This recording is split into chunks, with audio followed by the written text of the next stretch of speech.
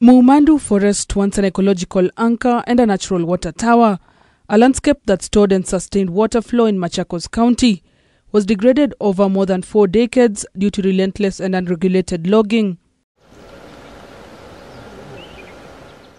Residents say the destruction was carried out under the pretext that the trees were infested with pests, but to them, it was a cover for commercial exploitation of firewood and timber. The environmental impact was devastating, rainfall became increasingly unpredictable, wildlife disappeared, and farming declined. A once thriving ecosystem turned into a dry and unproductive landscape. Julius Mulinge, chairperson of the Muumandu Community Forest Association, recalls a time when the forest was a reliable foundation for farming and daily life. Hii msitu ilikuwa miti kubwa sana. Ilipandwa 1942 kubwa na babu zangu. Na kwangu vile ni karibu, nikaona mpaka hii mlima naitunza. Nikachunga hii mlima ikawa haiwezi ingia kitu. Watu wa kuni wakikata na ripoti kwa forest. Wanakukusu ng'ombe zilikuwa zinakula hapa. Nikaendelea. Sasa tukaona tuandike proposal. Sasa kutoka hapo tukakaa watu wa nation wakaja. Nikaenda nao huko mahali iko tanki. Nikapikwa pisha huko. Wakiwa pamekauka kabisa. Wakanipika shimo tukaendelea. Sasa kutoka hapo ndio tulianza mambo ya CFA sasa. With conditions worsening, residents mobilized and formed environmental conservation groups, marking a turning point in their forest restoration journey. Isusu kaje katusaidia. Tukafuma maji tukasimamia katokolewa hapa mbao. Watu wa Isusu wakatuambia tutengeneze nursery hapa. Tukatengeneza nursery hapa sasa. Tukaendelea, tukapanda miti mpaka huko mbele, tutaenda huko kuangalia huko. Tukapanda almost 70 hectares, eka. Pale, tutaenda huko muone. Tukapanda miti, hakuna maji, sasa maji tukapeleka mpaka huko.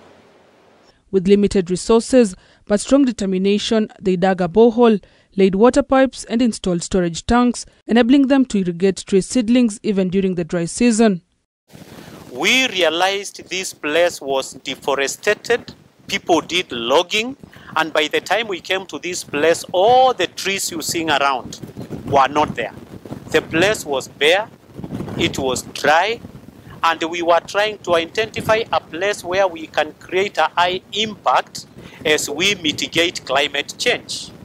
When we came to Muumandu Forest back in 2014, we started with a pilot project when we planted 1,100 trees. Today, more than 36 hectares have been replanted with a remarkable 95% survival rate. Part of the forest now grows cypress trees, while fruit seedlings are distributed to local families to boost food security and income. Planted the first 1,100 and we watched them for 1 year, engaging the local community and in partnership with the Kenya Forest Services, and we realized the survival rate was 70%.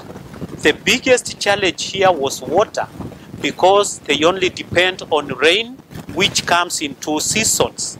The community has also embraced beekeeping, using 35 hives to generate income while supporting pollination, essential for plant regeneration and biodiversity.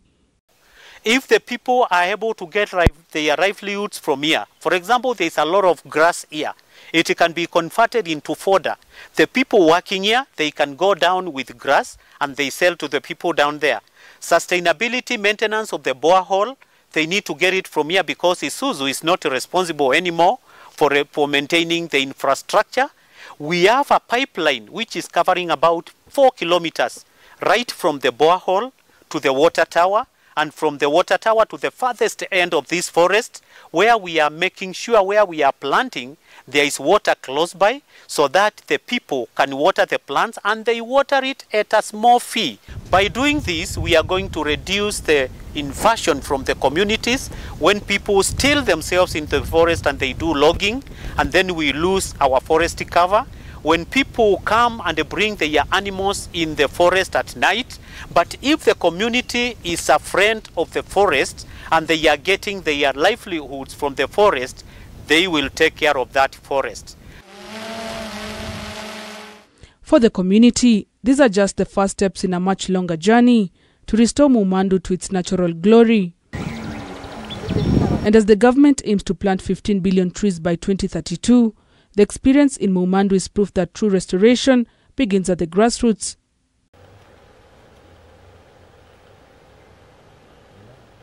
Gertrude Burgay, K24 TV.